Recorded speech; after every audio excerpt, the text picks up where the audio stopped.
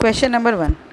A has a sum of rupees 12,528, which is 16% more than than what B has and 20% less than what C has. The amount of B and C together have is. तो देखो हमें क्या बोला है, ये A है और ये B है. 16% मतलब 4% 1/25. 16% मतलब 4 से और मल्टीप्लाई कर दो, 4/25. अगर B के पास 25 है तो A के पास उससे 16% ज़्यादा, मतलब 25 + 4 29 है. और क्या बोला उन्होंने, and 20% less than what C has. 20% मतलब 1/5. 20% मतलब 1/5. इसका मतलब वो क्या कह रहे हैं, अगर यहाँ पे हम C ले लें, अगर C के पास 5 है तो A के पास 4 हो गए. अब रेशो निकाल लेते हैं. यहाँ पे 29, यहाँ पे 4, ऐसे ही करते हैं. 29 5 ज़ा 35 ज़ा 150, उसमें से 5 माइनस कर दो, 145. इसको 29 × 4 ही लिख लो. 25 4 ज़ा 100. ये आ गया हमारा C/A/B. अब उन्होंने बोला है the amount B and C together have is.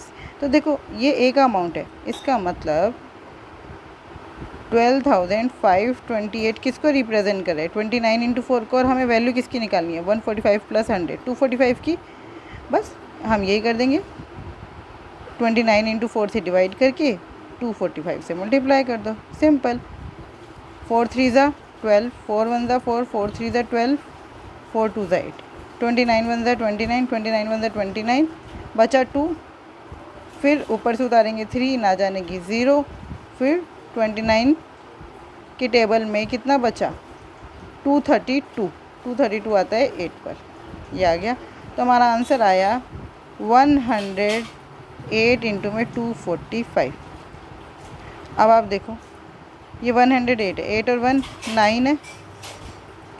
9 into में 245. 9 को किसी से भी मल्टीप्लाई करो, हमेशा सम कितना रहता है, डिजिटल सम पे आ गए हैं. अब हम डिजिटल सम 9 ही रहेगा. तो इनमें देखो 6 और 2 8, 6 और 4 10, 10 और 2 18, ये आंसर हो सकता है. 6 और 2 8, 5 और 4 9, 18, ये भी हो सकता है. 6 और 2 8, 4 और 2 6, ये नहीं हो सकता. 6 2 8 और 5 और 5 10. अच्छा 3 आंसर हो सकते हैं. मारो गोली. हमें मल्टीप्लाई ही करना पड़ेगा 108 को 245 से. तो इसको मैं ऐसे लिख सकती हूँ 2 × 54, और इसको ऐसे लिख सकती हूँ 5 इंटू में 5 4 ज़ा 20, 5 9 ज़ा 45. तो बस 5 2 ज़ा 10 हो गया. 54 × 49 को मल्टीप्लाई कर लो फटाफट.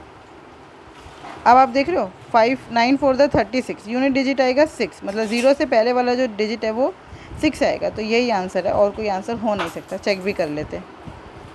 बस हमें ऐसे ही जाना है. पूरे मल्टीप्लाई क्यों करें, मुझे पता है 5 2 ज़ा 10 होता है, यूनिट डिजिट तो 0 है, लेकिन उससे पहले वाला 9 4 ज़ा 36, उससे पहले वाली डिजिट 6 ही आएगी, वो सिर्फ इसमें है.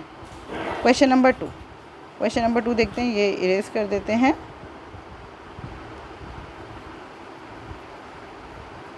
देखिए क्वेश्चन नंबर 2 इज़, इसको सॉल्व करना है. अच्छा ऑफ का मतलब क्या होता है, पहले ये सॉल्व होगा उसके बाद डिवाइड पे आएंगे. ऑफ का मतलब पहले ये सॉल्व होगा फिर डिवाइड पे आएंगे, है ना. तो इसको बस सिंपलेस्ट फॉर्म में लिखने की कोशिश करते हैं. 6 5 ज़ा 30 और 2 32/5, डिवाइड में 5 6 ज़ा 15 और 1 16/3, इंटू में 4 2 ज़ा 8 और 1 9/2. कर लो. तो 3 3 ज़ा 9 और 2 8 ज़ा 16, 8 3 ज़ा 24, 24/1 हो गया. माइनस 3 1 ज़ा 3 और 1 4/3, डिवाइड 5 3 ज़ा 15 और 3 18/5, इंटू में 5/6. 5 से 5 कट गया, 6 3 ज़ा 18. तो ये हो गया 3/1 प्लस 2/5. ऐसे नीचे भी करेंगे. 3/4 माइनस 3 2 ज़ा 6 और 2 8/3. फिर डिवाइड, इन दोनों को सॉल्व करो. 5 1 ज़ा 5 और 1 6/5, इंटू में 5/9. 5 से 5 कैंसिल, 3 2 ज़ा 6, 3 3 ज़ा 9, 2/3, प्लस 4 4 ज़ा 16 और 1 17/4. अब सॉल्व कर लेते हैं. ये हो गया 32/5, इंटू में 1/24 माइनस 4/3, इंटू में 1/3 प्लस 2/5, अपॉन में 3/4 माइनस 8/3, इंटू में 3/2 प्लस 17/4, ये 2 4 8, 3 से 3 कैंसिल, तो देखो 3/4 माइनस 4 प्लस 17/4, ये कितना हो गया 17 और 3 20/4, मतलब 5 माइनस 4, ये तो 1 हो गया ना। बस अब हमारा न्यूमरेटर बचा सॉल्व करने के लिए, उसको सॉल्व कर लेते हैं। 8 1 8, 8 2 16, 8 3 24, 8 4 32, ये हो गया 4/15 माइनस 4/9 प्लस 2/5, एलसीएम कितना आ रहा है 45, कर लो सॉल्व। 15 3 45, 4 3 12 माइनस 20 प्लस 18, तो माइनस 20 प्लस 18 कितना हुआ -8, -8 मतलब 12 माइनस 8 कितना हुआ, कुछ कैलकुलेशन मिस्टेक कर दी शायद। 9 5 45, 5 4 20, 5 9 45, 2/9 2 18, देखो मैंने -20 प्लस 18 बोला -8, ये होगा -2, मतलब 12 माइनस 2 कितना हुआ 10/45, बस 5 2 10, 5 9 45, 2/9 इज़ द राइट आंसर। देखो कैलकुलेशन थोड़ी बड़ी है लेकिन क्वेश्चन बहुत ईजी है। Question number 3, A varies directly as B and inversely as C. इसका मतलब क्या है, A varies directly as B and inversely as C. इसका मतलब अगर मैं इक्वल्स टू में लिखना चाहूँ तो मुझे एक कांस्टेंट इंट्रोड्यूस करना पड़ेगा, ए इज इक्वल्स टू के बी बाय सी, राइट। अगर बी की वैल्यू 25 है और सी की 18 है तो ए 20 है, तो 20 इज इक्वल्स टू के इंटू में 25/18, 5 4 20, 5 5 25, बस के की वैल्यू आ गई 4 इंटू 18/5, राइट। तो अब उन्होंने बोला what is the value of A, अगर बी 35 है और सी 16 है, डाल लो values. B A is equals to K की वैल्यू, यहाँ पे के की वैल्यू 4 इंटू 18/5, बी की वैल्यू 35, सी की वैल्यू 16, यही बोला है। 5 7 35, 4 4 16, बस 2 2 4, 2 9 18, 7 9 63/2, आंसर कितना आया 2 3 6, 31.5, चेक भी कर लेते हैं 31.5। Question number 4, 6 years ago the ratio of ages of Renu and Raman was 5। देखो पहले 6 साल पहले 5/11 थी और 6 साल बाद कितनी है 11/17, तो उन्होंने पूछे प्रेजेंट एज का सम कितना होगा। देखो इनके बीच का पहले तो गैप देखो, ये 6 साल है, ये भी 6 साल है, ये तो बिल्कुल सही है, गैप हमें इक्वल करने की ज़रूरत नहीं है क्योंकि वो तो दोनों में। आप एक बात सोचो, अगर कोई 2 पर्सन की एज है, चाहे कितने ही साल बढ़ जाए, उनके बीच में जो गैप है वो हमेशा सेम रहेगा, तो यहाँ पर भी गैप सेम है। अब इनके बीच में गैप देखो 5 से 11, 11 से 17, कितना हो रहा है 6 साल का, लेकिन ये प्रेजेंट एज है, यहाँ से 6 साल पीछे की बात हो रही है और यहाँ से 6 साल आगे की बात हो रही है, तो ये गैप कितना होना चाहिए था 12, लेकिन ये है 6, 2 से मल्टीप्लाई कर दो पूरे को, ये भी 2 से मल्टीप्लाई हो गया और ये भी 2 से मल्टीप्लाई हो गया, तो अब हमारा रेशो है 10/22 और 6 to the 11 to the 22/34, 11 to the 22। अब देखो अब 12 साल का गैप है, इसका मतलब अब ये वैल्यू बिल्कुल करेक्ट है। आज से 6 साल पहले उनकी एज थी 10 और 22, तो कितना हो गया 32, 32 में 12 और जोड़ दो क्योंकि उन्होंने प्रेजेंट एज का सम बोला, 6 और 6 12 और ऐड हो जाएगा, 44 is the right answer. Check भी कर लेते हैं। Question number 5, study the given graph and answer the following question. ये जो ब्लू है वो इम्पोर्ट है और जो ऑरेंज है वो एक्सपोर्ट है। The ratio of the average export of the person in 2018 and 2022 to the total import in 2017 and 2019 is. देखो यहाँ पे एवरेज की बात करी और यहाँ पे टोटल की, तो एक्सपोर्ट का 18 और 20 के एक्सपोर्ट का तो एवरेज निकालना है, तो 540 प्लस 640/2 कितना हुआ 1180/2 रेशो, और 2017 और 19 के इंपोर्ट का टोटल, 17 में 265 है, 19 में 500 है, कितना हो गया 765। सॉल्व कर लेते हैं, 5 2 द 10, 5 6 द 15, 5 6 द 30, 5 1 द 5 बचा 2, 5 5 द 25, 5 6 द 15। उसके बाद अब देखो 2 1 the 2, 2 1 the 2, 2 8 the 16, 118 ratio 153, first वाला आंसर ही है, चेक भी कर लिया। Question number 6, A man marks an article 60% above its cost price and sells it by giving two successive discount of 25% and 5% on its marked price. What is his profit percentage? देखो profit percent निकालना है. CP 100% ले लिया हमने, या ₹100 ले लो या 100% ले लो, एक ही बात है. उस मैन ने इस आर्टिकल को 60% अबव पे लिस्ट कर रखा है, मतलब मार्क प्राइस कितना हो गया 160%, राइट. अब इस पे हमने 2 डिस्काउंट दिए, एक 25 का, तो मिला कितना, हमें मिला कितना 75%. फिर जितनी ये वैल्यू थी उस पर फिर हमने 5% का डिस्काउंट दे दिया, तो हमें कितना मिला 95/100, 95%. बस एक ज़ीरो से एक ज़ीरो कैंसिल. अच्छा, आपको पता है 8 2 16 होता है और 8 125 1000 होता है. बस सीधा सीधा 8 से काट दिया. फिर 25 5 125, 25 3 75, 5 1 5 5 19 95. बस अब मल्टीप्लाई कर दो. 19 6 114%. ये परसेंटेज था ना, इसका मतलब हमारा सेलिंग प्राइस कितना है 114%. Cost price 100%, selling price 114%, profit कितना हो गया 14%. चेक कर लो, 14% is the right answer. Question number 7. Study the given pie chart and answer the following questions. देखो ये पाई चार्ट है, ये 6th क्लास है, ये 7th, ये 8th, ये 9th, ये 10th. अब उन्होंने बोला है the ratio of the number of boys and girls in class 10th is 4:5. यहाँ पे 4:5 है बॉयज़ एंड गर्ल्स का रेशो, और 7th में है 5:9. What is the ratio of number of boys in class, जो पहले बोला है उसको पहले लिखेंगे. 7th क्लास में नंबर ऑफ बॉयज़, ये 7th क्लास की बात हो रही है, बॉयज़ पहले 5/13 किसका, सॉरी 14, 5/14 किसका 7th क्लास की टोटल वैल्यू का 75.6. अब रेशो निकालने किसके साथ, to the number of girls in class 10th. ये 10th है, नंबर ऑफ गर्ल्स है 5/9, नंबर ऑफ गर्ल्स है 5/9, 64.8 का 5/9. बस जो कट रहा है वो काट दो. 5 से 5 कैंसिल आउट हो गया, पॉइंट से पॉइंट कट गया, ठीक है. अब 14 1 14, 14 5 70, 14 4 56, 9 7 63, 9 2 18. अब ये 54 और 72 किसके टेबल में आते हैं, 18 के. 18 3 54, 18 4 72. Answer is 3:4. Answer is 3:4. Question number 8.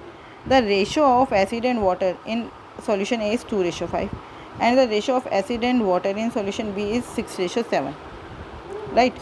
7 liter of A is mixed with 9 liter of B. इसका 7 लीटर और इसका 9 लीटर हमने मिक्सचर लिया है. इन 312 millilitre of the resulting solution the quantity of acid is. तो देखो ये निकालने के लिए आपको न्यू सॉल्यूशन में एसिड रेशो वाटर पता होना चाहिए. सिंपल है. अगर हमें न्यू सॉल्यूशन में एसिड और वाटर का रेशो पता होगा तो हमें पता चल जाएगा कितना है. तो देखो ये है एसिड, ये है वाटर. हमारे पास कितना एसिड आ रहा है 2:5 है और 7 लीटर है. तो 2 और 5 7, इसका मतलब पूरा 2 लीटर तो एसिड आया और 5 लीटर पानी आ गया. अब बी से हमारे पास कितना आ रहा है, बी में रेशो है 6:7. तो इसका मतलब अगर 13 लीटर्स वाटर होता तो उसमें से 6 लीटर्स हो जाता आपका एसिड और 7 लीटर्स हो जाता क्या वाटर. लेकिन ये 13 नहीं है, ये तो 9 है. तो क्या होगा 9 × 6/13 हो जाएगा एसिड. 9 6 डायरेक्ट लिख दो, 9 6 54/13 और 9 7 63/13 हो जाता वाटर. यही होगा. अब इन दोनों को ऐड कर देते हैं. इन दोनों का अगर मैं अलग अलग ऐड कर दूँ तो मुझे पता चल जाएगा कि मेरे पास टोटल कितना एसिड और कितना वाटर है. तो इसको मैं देखो यहाँ पे 13 है ना, तो 13 2 26/13 लिख सकती हूँ. 13 5 65/13 भी लिख सकती हूँ, है ना. दोनों में 13/13 कर दिया, मल्टीप्लाई कर दिया. 26 + 54 कितना होता है 54 + 6 60 और 70 80/13. रेशो में 65 और 3 128/13. 13 से 13 कैंसिल हो गया. 16 5 80, 16 8 128, 5:8 आ गया. मतलब न्यू सॉल्यूशन में एसिड और वाटर का रेशो 5:8. अब आप कितना भी निकाल लो हमेशा एसिड और वाटर का रेशो 5:8 ही रहेगा. तो उन्होंने हमसे पूछा है एसिड का रेशो. तो बस 312 इंटू में 5 बाय टोटल कितना है 13, 13 वन 13, 13 टू 26, बचा कितना 5, 13 4 52, 24 into 5 120 millilitre, 120 millilitre. Question number 9, if the 9-digit number 924x5974y is divisible by 88, then the maximum possible value of 5x minus 3y is। तो देखो सबसे पहले हमें ये पता होना चाहिए x और y की वैल्यू क्या है। तो 88 के दो ऐसे फैक्टर्स निकालो जो कोप्राइम हो, एक हो गया 11, दूसरा हो गया 8, राइट, ये दोनों कोप्राइम है।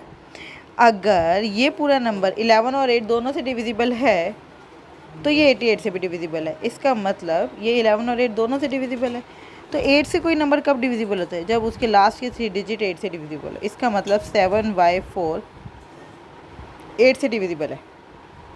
अगर कोई नंबर 8 से डिविजिबल है तो इसका मतलब वो 4 से भी डिविजिबल होगा। तो 4 का मतलब लास्ट के 2 डिजिट जो हैं वो हमारे 4 से डिविजिबल होंगे। तो 4 से कब डिविजिबल होंगे, जब ये 0 4 है, ये 2 4 है, 4 4 है, 6 4 है और 8 4 है। अच्छा, आप एक बात ध्यान से देखो, 764 4 से 8 से डिविजिबल नहीं है। क्यों नहीं है, क्योंकि 864 8 के टेबल में आता है और उसमें से 864 में से मैं 100 माइनस करूँगी तो वो डिविजिबल नहीं होगा 8 से, क्योंकि ये तो डिविजिबल है, 100 8 से डिविजिबल नहीं है, तो इनका सब्ट्रैक्शन भी डिविजिबल नहीं होगा। ये नहीं है तो इसमें एक एक छोड़कर नहीं होंगे 8 से डिविजिबल। इसका मतलब 724 भी नहीं है, क्योंकि 824 आता है। इसका मतलब 704 744 और 784 ये नंबर्स 8 से डिविजिबल है। इसका मतलब y क्या हो सकता है, 0 4 और 8। इतनी बात हमें समझ आ। अब 11 के लिए क्या करते हैं, एक छोड़कर एक प्लस, तो ये कितना आ गया 9 + 4 13, 13 + 5 18, 18 + 7 25 है ना, 18 + 7 25 + 4 29 माइनस, अब इनको 2 + x + 9 11 + y, तो ये हो गया -11 + x + y, माइनस कर दो 29 - 11 18 माइनस x + y। इसका मतलब x + y की वैल्यू या तो 18 होगी या 7 होगी, तभी तो ये 11 से डिविजिबल होगा। अगर 18 - 18 0 आ रहा है तो 11 से डिविजिबल है, 18 - 7 11 आ रहा है तो 11 से डिविजिबल है। तो देखो इसका मतलब मैक्सिमम वैल्यू दोनों की क्या हो सकती है, 9 और 9, और तो कुछ हो ही नहीं सकता, x भी 9 है y भी 9 है। तो क्या y 9 हो सकता है, नहीं, y के लिए 3 ही ऑप्शन है 0 4 8। तो ये वाली पॉसिबिलिटी तो डिलीट हो गई, ये वाली पॉसिबिलिटी डिलीट होगी, बचा x + y 7 है। अगर x और y 7 है तो x + y 7 है, अगर y 0 तो x 7, अगर y 4 तो x भी 4, सॉरी x फिर 3, और अगर y 8 तो x की वैल्यू निकाल सकते हो, x + y 7 है, y 8 हो गया तो इम्पॉसिबल है y की वैल्यू -1। भाई y यहाँ x की वैल्यू -1, x यहाँ पर एक डिजिट है जो नेगेटिव नहीं हो सकता। इसका मतलब ये वाली पॉसिबिलिटी भी ख़त्म हो गई, 8 वाली भी, ये वाली पॉसिबिलिटी भी ख़त्म हो गई, है ना। तो अब हमारे पास दो ऑप्शन है, अगर y 0 x 7 y 4 x 3। अब उन्होंने पूछा है हमसे मैक्सिमम वैल्यू, मैक्सिमम देखो, मैक्सिमम देख लेते हैं किस पे आ रहा है, 5 7 35 -0 35 आ रही है यहाँ पर। उसके बाद वैसे 35 हमें ऑप्शन में दिख रहा है इसलिए 35 ही आंसर है, लेकिन अगर हम ध्यान से देखें 5 3 15 -3 4 12, यहाँ पे तो 3 वैल्यू आ रही है, तो ये तो मैक्सिमम है ही नहीं, यही मैक्सिमम है। देखो ये इतना लंबा जाएगा, इसका कोई शॉर्टकट नहीं है। कुछ क्वेश्चंस DSSB ऐसे देता ही है, बट हाँ मैंने आपको समझाने के लिए बहुत कुछ लिखा है, लेकिन जब आप इसको खुद करेंगे तो इतना कुछ नहीं लिखना पड़ेगा। Question number 10, by selling an article at 11/25 of its selling price, a shopkeeper loses 34%.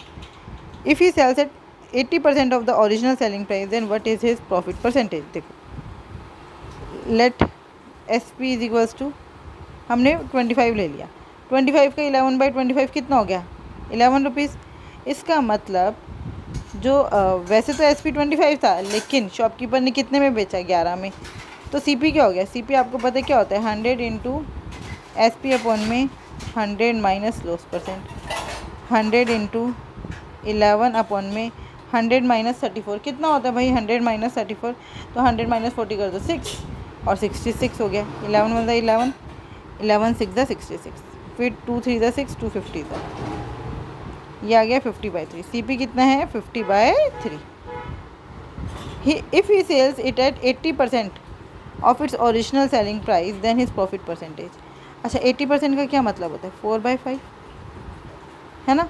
तो SP का 4/5, 25 का 4/5, 5 5 ज़ा 25, 5 4 ज़ा 20, और यहाँ पे मेरे को अपॉन में 3 दिख रहा है, तो मैं इसको भी 3/3 से मल्टीप्लाई कर दूँ ताकि क्वेश्चन करना इजी हो जाए। 60/3, ये आपका SP है, ये आपका CP है। कितने का प्रॉफिट हो रहा है, 10/3 का, किस पर, CP कितना है 50/3 इंटू में 100%, 3 से 3 कैंसिल, 0 से 0 कैंसिल, 520 ज़ा 100, 20% is the right answer, 20% is the right answer. I hope आपको ये बहुत अच्छे से समझ आए होंगे। फिर भी अगर कोई डाउट है तो आप मुझसे जुड़ सकते हैं @maths PS1 पर। Thank you, keep learning, keep practising.